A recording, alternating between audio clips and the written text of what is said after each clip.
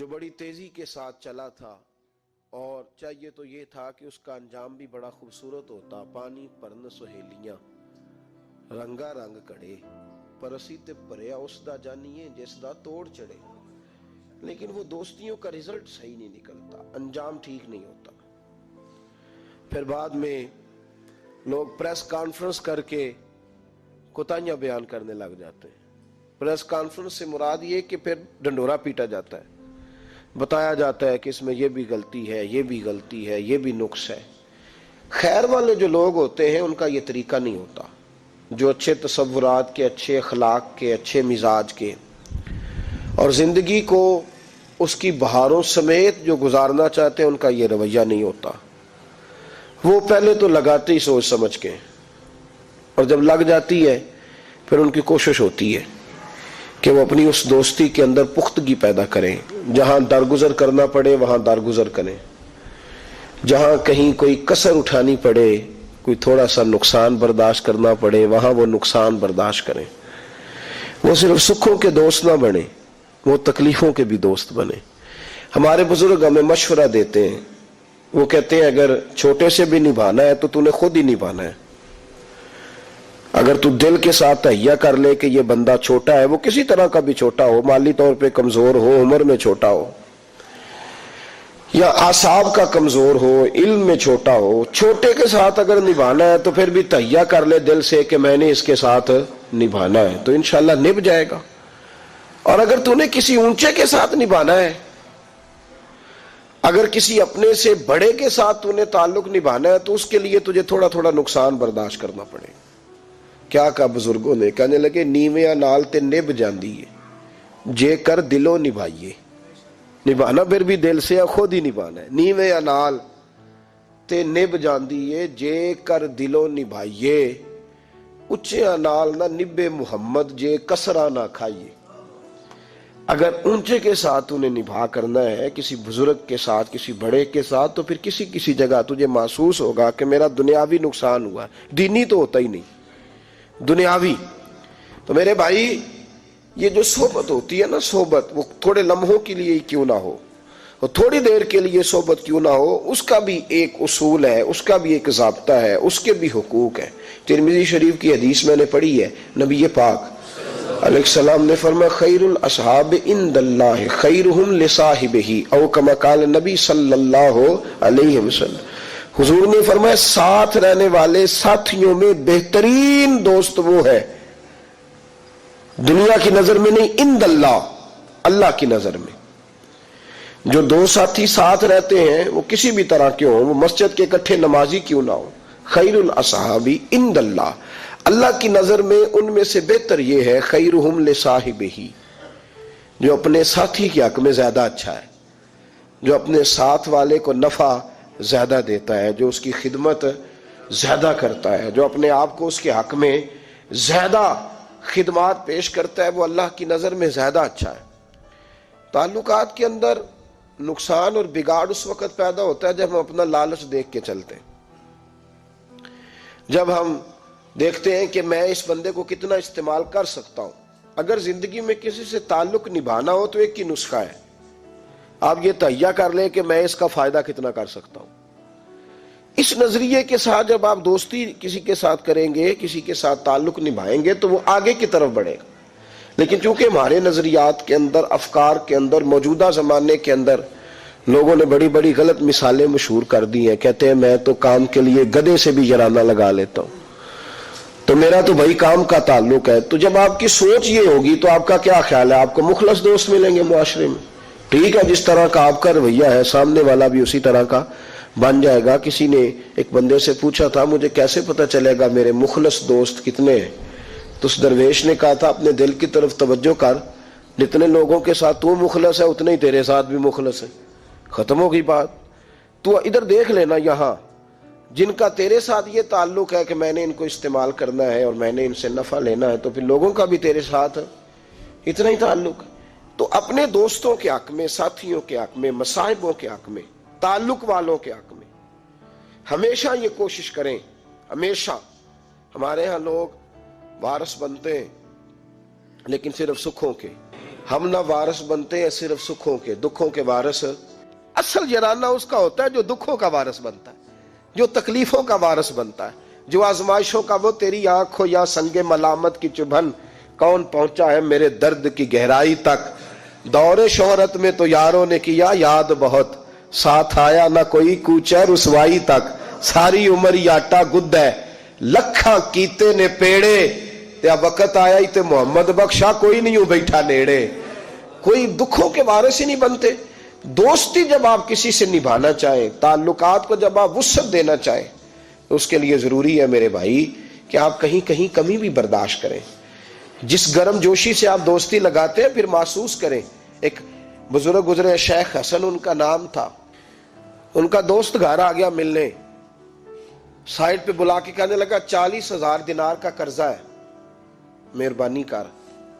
شیخ فٹافٹ اندر گئے، 40,000 دینار دیے، پیسے دیے تو اندر آ کے چیخے مار کے رونے لگے۔ زوجہ کہنے لگی اگر اتنا ہی پیسوں سے پیار تھا تو دینے نہیں تھے، اب دے لیے ہیں تو رونے لگے ہو۔ تو کہنے لگے تو سمجھ نہیں رہی رو کیوں رہا ہوں؟ کہا بتائیے۔ کہنے لگے میرا سجن تھا، میرا دوست تھا، اور اس بیچارے پہ 40,000 کا قرضہ تھا، مجھے خبر ہی نہیں تھی۔ میں تو رو رہا ہوں کہ بیچارے کو گھر آ کے کہنا پڑا ہے، اسے بتانا پڑا ہے۔ میں دوست ہونے کا دعویٰ بھی کروں، ساتھ بھی رہوں، شام صبح ہماری کٹھی ہو، اور وہ اتنا دکھی ہو اور اسے گھر آ کے منت کرنی پڑے کہ میرے ساتھ تعاون کر۔ کہنے لگے میں اپنی بیوقوفی پہ رو رہا ہوں، اتنی قربتیں تھیں، اتنا اللہ نے ہمیں ساتھ رکھا تھا، اور میں صرف سکھوں میں یار رہا، مجھے خبر ہی نہیں رہی۔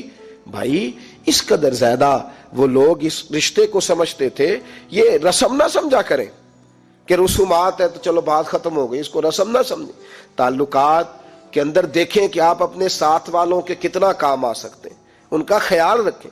آپ دیکھیں کہ آپ کی طرف سے انہیں نفع کتنا مل سکتا ہے۔ ہم لوگوں نے جب سے فائدہ لینے کا مزاج بنایا ہے، زمانے میں تازگی نہیں رہی، حسن نہیں رہا، خوبصورتی نظر نہیں آتی۔ جب تک لوگ نفع دینے والے تھے، جب تک کسی کا فائدہ کرنے والے تھے، تو یوں لگتا تھا کہ ہر پیڑ پھلدار بھی ہے، اور ہر پیڑ خوشبودار بھی ہے، ہر درخت سایہ دار بھی ہے۔ جب سے ہم نے نفع لینے کا پروگرام بنایا، لگتا ہے ہمارا سایہ چھن گیا، ہماری خوشبو رخصت ہو گئی، اب ہم پھلدار نہیں رہے۔ کچھ فائدہ دینے کا ارادہ کریں، دوسروں کے لیے کام آنے کا مزاج بنائیں۔ اور ایک اور بات بھی ذہن میں رکھیں، ایک بندہ کبھی کبھی ملتا ہے، اس کو پروٹوکول زیادہ ہوتا ہے، حالانکہ بزرگوں نے یہ لکھا ہے کہ وہ تو کبھی کبھی آیا ہے۔ کبھی کبھی جو تیرے سامنے رہتا ہے تجھے اس کی قدر کئی دفعہ کم ہو جاتی ہے۔ وہ فرماتے تیرا اصل دوست وہی ہے جو تیرے ساتھ رہتا ہے۔ تو نے جب عزت دینی ہو، وقار دینا ہو، پروٹوکول دینا ہو، تو تو نے سب سے پہلے اسے دینا ہے۔ ایک بہت بڑے شیخ گزرے، تو ایک شخص اپنی بیوی اور اپنے ازدواجی معاملات کی کوئی شکایت کر رہا تھا، تو وہ اس کو سمجھا رہے تھے، کہہ رہے تھے مجھے پتا چلا ہے تو اپنی بیوی کے سامنے دوسری عورتوں کی تعریفیں کرتا ہے۔ تو کہتا ہے وہ دیکھ میری پھوپھی کی بیٹی کتنی اچھی ہے، وہ دیکھ فلاں کس قدر خدمت گزار ہے۔ کہنے لگے تجھے خیال نہیں آتا اگر کبھی تیری پھپھو کی بیٹی یا تیری کزن کوئی آ بھی جاتی ہے تو ایک دن تجھے روٹی پکا کے دے لے گی، لیکن تیرے سامنے جو روز دسترخوان سجاتا ہے وہ تیری اپنی بیوی ہے، اور تیرے روز کپڑے دھو کے جو تیرے سامنے رکھتی ہے وہ تیری اپنی بیوی ہے، اور بچے تیرے ہیں، اور ساری ساری رات بیدار رہ کے جو ان کی پرورش کرتی ہے وہ تیری بیوی ہے۔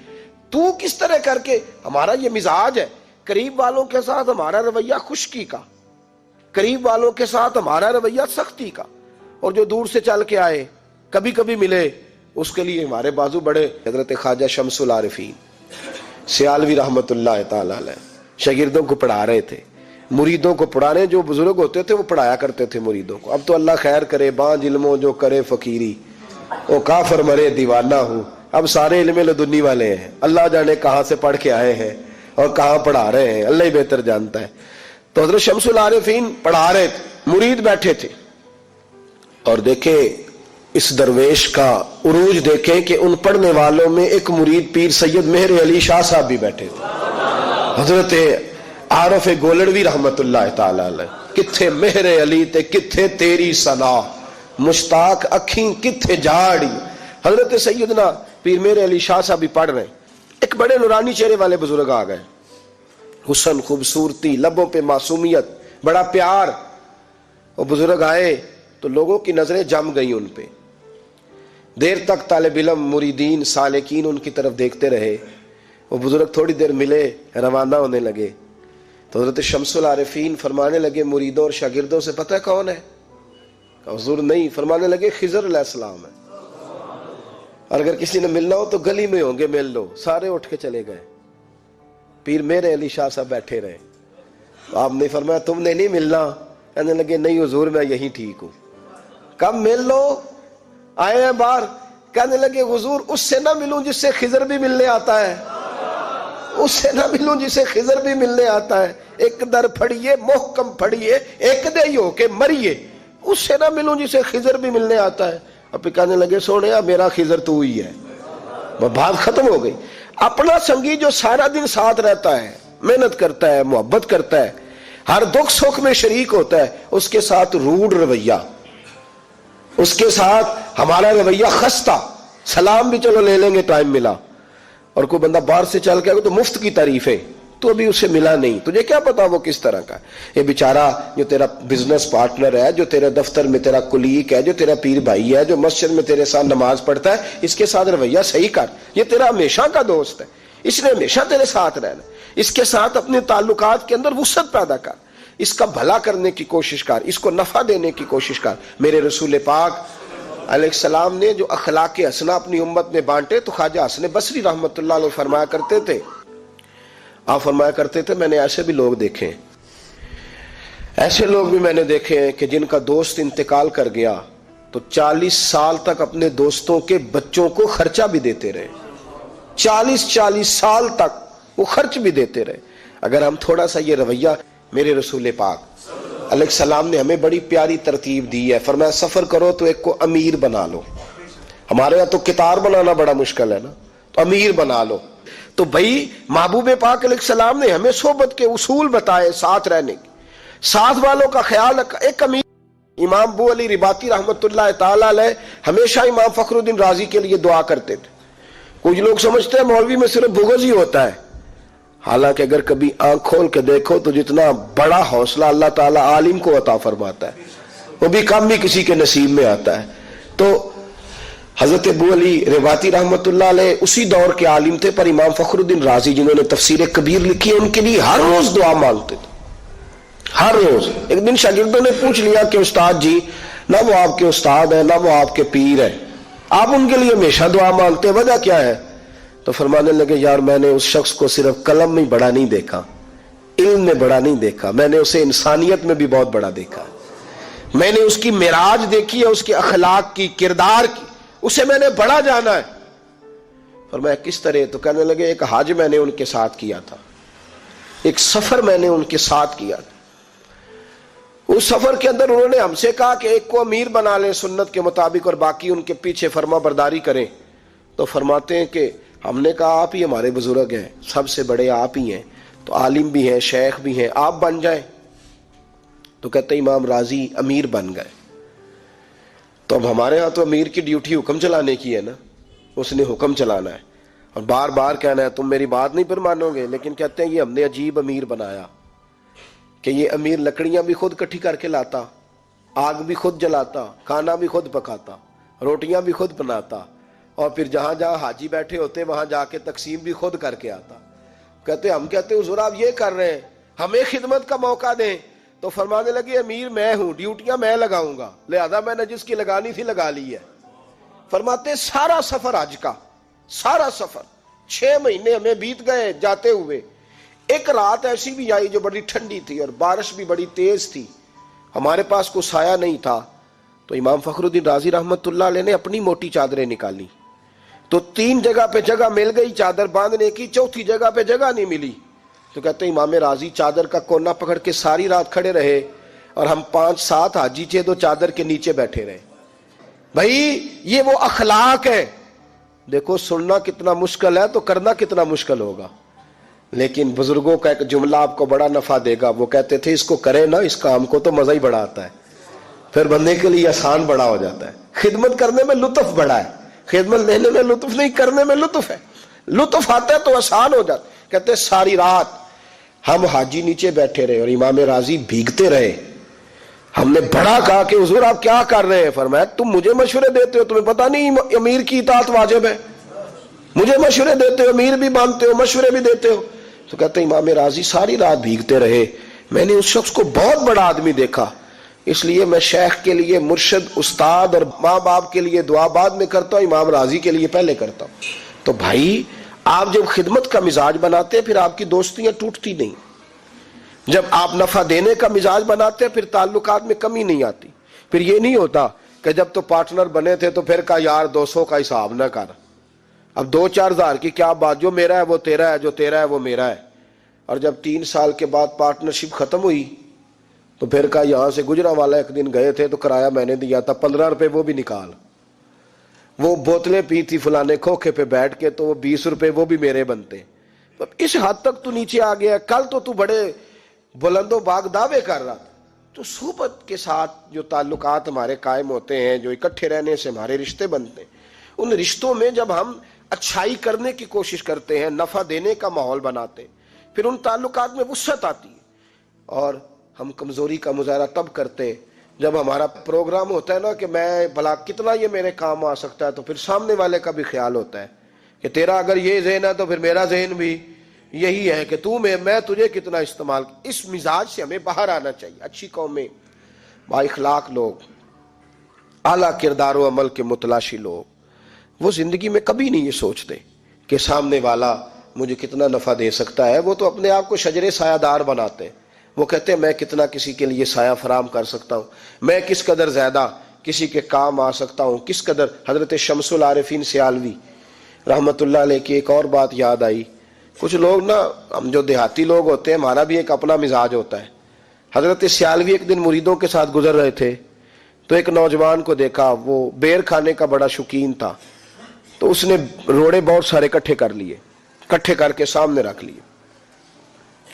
اب سامنے بیری تھی تو اس کا خیال تھا کہ میں پہلے فائر اچھے طریقے سے کر لوں پھر شکار اکٹھا کروں گا، کہ سارے روڑے اکٹھے مار لوں، بیر گریں گے تو اکٹھے کر لوں گا۔ اور مست ہو کے نا دیہاتی ماحول میں وہ زور زور سے نا آنکھیں بھی بند ہے اور روڑے مار رہا ہے بیری کو۔ تو حضرت شمس العارفین بھی گزر رہے تھے، گزرے تو 2 روڑے حضرت کو بھی لگے، اور فرمانے لگے بھائی میرا خیال رکھنا، میں بوڑھا ہوں، میرے تو زخم بھی جلدی نہیں بھرتے۔ اس نوجوان نے نظر اٹھائی، آنکھ کھلی، او ہو، پیر صاحب کو دوڑ لگا گیا۔ تو مرید بھی ساتھ بڑھے، یہ تو ماریں گے پکڑ کے کہ پیر کو روڑے مار دیے۔ تو نوجوان جب بھاگا نا، اللہ اکبر، تو رب کریم کے بندوں کی باتیں اللہ کے لشکروں میں سے لشکر ہوتی ہیں۔ حضرت شمس العارفین فرمانے لگے جاؤ اسے پکڑ کے لاؤ۔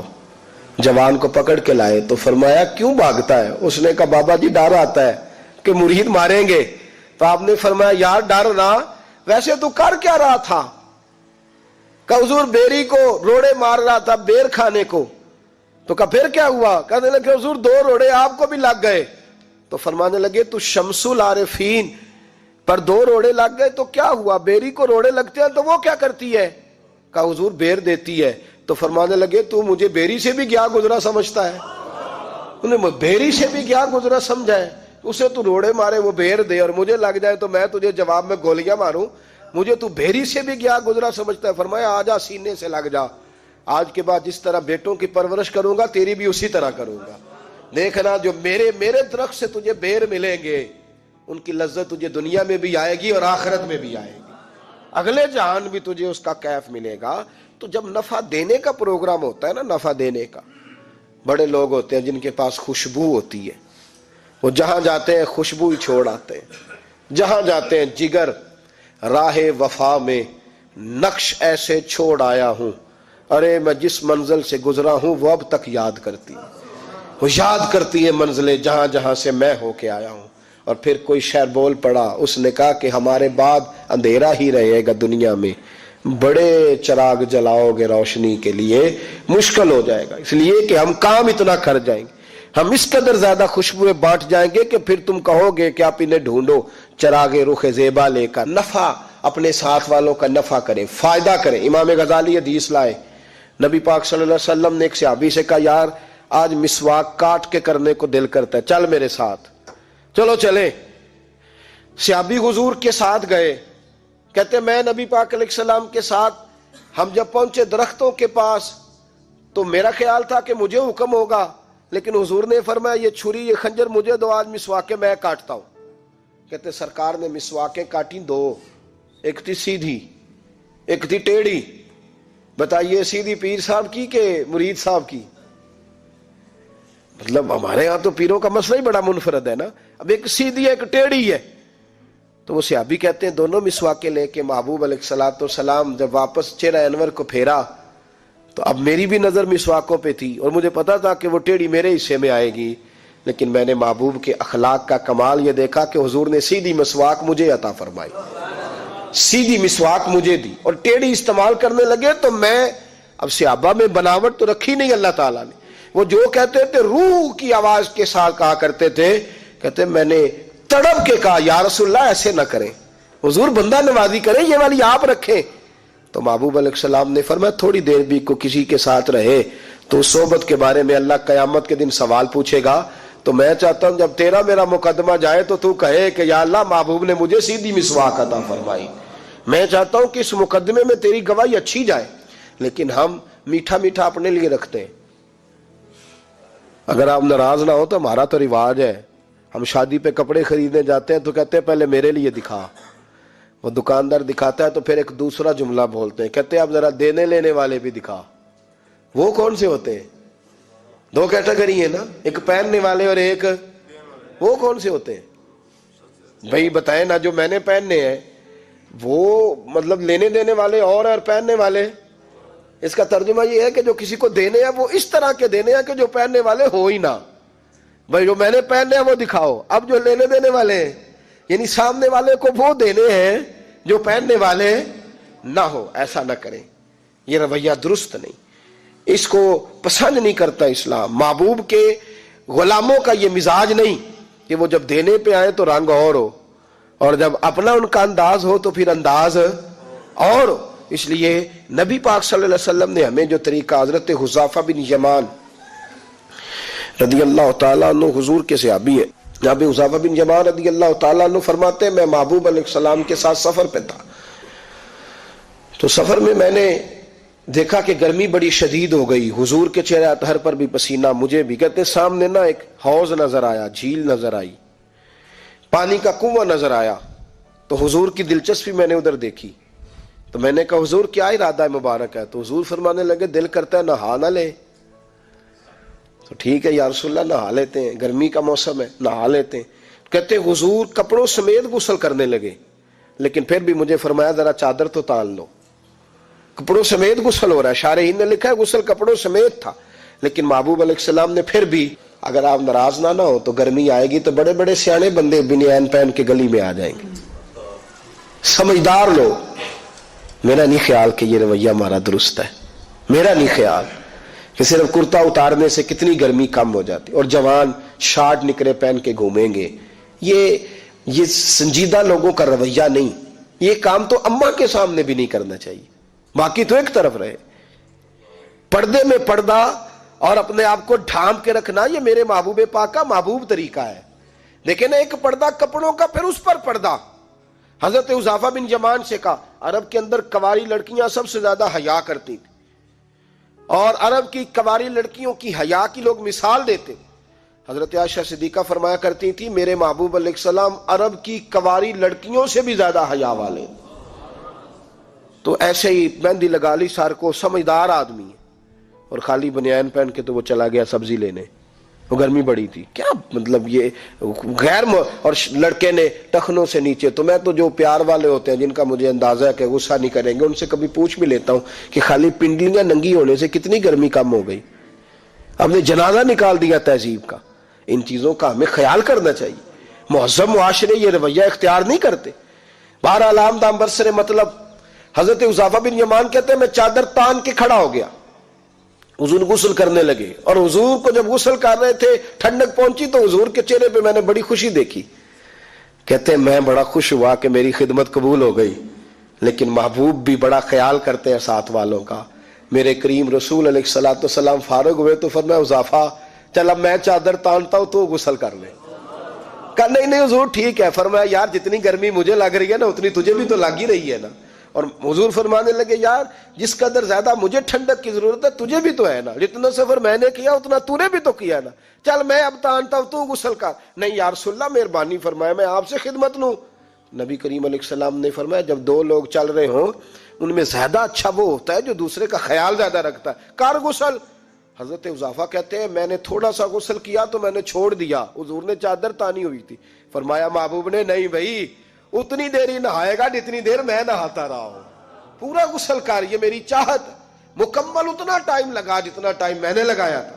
حضرت حذیفہ بن یمان فرماتے ہیں آج بھی جب میں اس واقعے کو یاد کرتا ہوں تو میں اس کی لذت بھی محسوس کرتا ہوں, میں اس واقعے کا کیف بھی محسوس اس کا سرور بھی اللہ مجھے عطا کرتا ہے. تو یاد رکھیں جب کسی کے ساتھ آپ کا سفر ہو تو یاد رکھیں دوسروں کا خیال کرنے کی کوشش کریں. ایک جب ساتھ آپ کے کو رہتا ہے تو پھر اس کے حقوق ضائع نہ کریں, پھر یہ نہ کہیں اپنا سجن ہے خیر صلی اللہ, پھر اس پر توجہ کریں, فوکس کریں اس پر.